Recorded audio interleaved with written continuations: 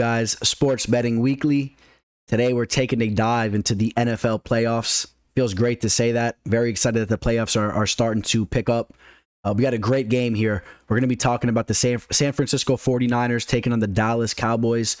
The 49ers just sneak into the playoffs by the skin of their teeth. They win a very big game to end the season against the LA Rams. They were down at one point in time in that game by 17 points. They were able to really make a push in the second half, get that game into overtime, and of course they end up winning that game. A giant victory for them. And now they're traveling over to Dallas to take on the Cowboys. The Cowboys 12-5 on the season. Over in Dallas at home, the Cowboys were 5-3 at home. So, a pretty solid record there. But let's also take into consideration, not just this season, but over the last couple of seasons, the Dallas Cowboys have performed very well at home. They're a team that does play very good on home soil. And I think that is a big factor, having that home field advantage. The weather's supposed to be great. And of course, the game most likely will be played indoors with the retractable roof. So nothing really going on there, but expect a bunch of loud Dallas Cowboy fans going crazy and a stadium that carries one of the higher capacities in the NFL for a stadium. So that's one thing to take into consideration there. A couple things I want to talk about. We'll start off by talking about the offenses here. Dak Prescott. Dak had an amazing season this year. Dak threw for 4,449 passing yards with a completion percentage of 68.8%, 37 touchdowns to his only 10 interceptions. So great to see Dak bouncing back with a solid season.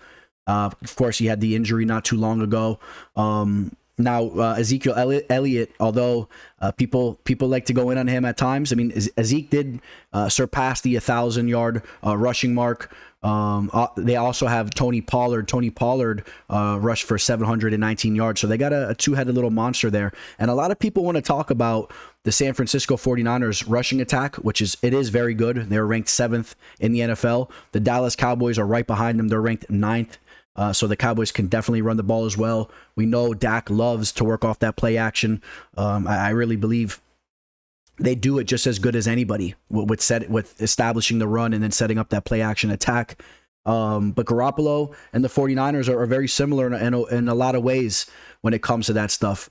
As far as their offense, Elijah Mitchell, he had a pretty solid season, just missed rushing for 1,000 yards himself. But you got a guy like Deebo Samuel, who's extremely diverse with rushing and catching the ball. He does it all. Deebo Samuel actually rushed for 365 yards. That's a wide receiver we're talking about there. They got weapons like Brandon Ayuk, who had a little bit of an off season. And then you got guys like Greg Kittle, who had 71 catches for 910 yards, even while missing some games. I had him on my fantasy team, so I'm quite familiar with him. As far as things go on the offensive side of things, I think that the Cowboys are going to be a little bit too much for the 49ers. I think it's going to be hard for the 49ers and Jimmy Garoppolo to keep up with Dak. Jimmy had a good season. He definitely had a good season for what he normally does as well. Threw for 3,810 yards.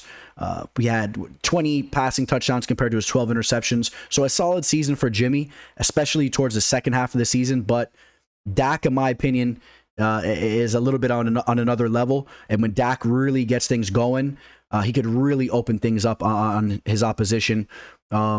Couple things I want to talk about as well. I mean, you take a look at what the Cowboys did to close off the season. I mean, they put up 51 points on the Philadelphia Eagles to end the season.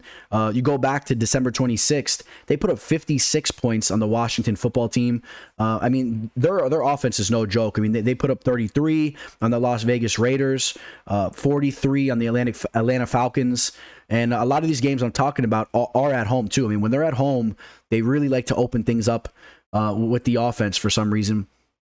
And I think that could be a problem for the 49ers. I don't know if the 49ers are going to be able to keep up with them there. I know the 49ers will like to establish the run. And, in regards to the rushing attack, we're going to work our way over to the defense side of things. The Dallas Cowboys are ranked 16th with their rush defense. They're right in the middle of the pack. That's going to be a major factor in this game. Can the Cowboys contain the 7th ranked rushing attack of the 49ers. Like I said, that rushing attack will also open things up for Jimmy. So that's going to be a big factor in this game. The Cowboys defense, as a whole, they're ranked 7th. So they're pretty decent there. Their passing D is below average for sure. It's ranked 20th. But as a whole, they've been able to contain their opposition from a scoring aspect.